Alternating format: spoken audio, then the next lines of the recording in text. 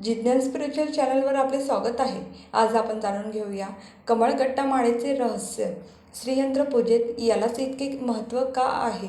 तुमच्या घरात पैसा येतो पण टिकत नाही का? अनेक प्रयत्न करूनही आर्थिक अडचणी कमी होत नाहीत का?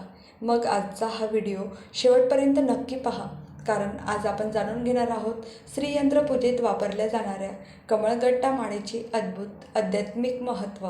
श्री स्वामी समर्थ। नमस्कार।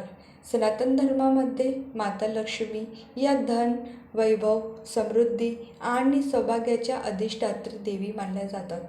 प्रत्येक भक्ताची एकच इच्छा असते, माता लक्ष्मीची कृपा आपल्यावर, घरावर सदैव राहावी।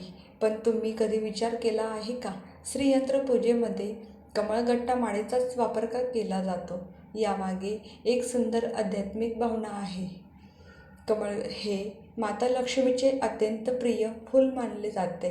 चिखलात उगवूनही कमळ जसे निर्मळ आणि सुंदर राहते, तसेच आपल्या जीवनातही संकटांमध्ये राहून मन शुद्ध, शांत आणि सकारात्मक ठेवण्याचा संदेश ते देते। याच कमळाच्या बियांपासून तयार होणारी कमळगट्टा माळ श्रीयंत्र पूजेत अत्यंत शुभ मानली जाते। धार्मिक मान्यतेनुसार ही माळ श्रीयंत्रावर अर्पण करून श्रद्धेने श्री सूक्ताचा पाठ केल्यास माता लक्ष्मीची कृपा प्राप्त होते असे मानले जाते। अनेक भक्तांचा अनुभव असा सांगितला जातो की नियमित श्रद्धेने केलेल्या उपासनेमुळे घरातील सकारात्मक ऊर्जा वाढते, मनाला शांतता मिळते आणि आर्थिक प्रगतीसाठी नवे मार्ग खुलत जातात। मात्र एक गोष्ट नेहमी लक्षात ठेवा, केवळ कमळगट्टा माळ घरात आणल्याने किंवा श्रीयंत्रावर ठेवल्याने चमत्कार घडतो असे धर्मशास्त्र सांगत नाही।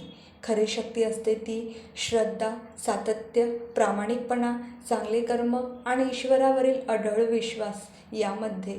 ज्या घरात स्वच्छता, प्रेम, दान, सत्य आणि देवभक्ती असते त्या घरात माता लक्ष्मीचा वास असल्याचे आपल्या परंपरेत सांगितले जाते। म्हणूनच श्रीयंत्र पूजा करताना कमळगट्टा माळ अर्पण करा, श्रीसूक्ताचे पठण करा आणि मनापासून भगवान विष्णू व माता लक्ष्मी यांचे स्मरण करा।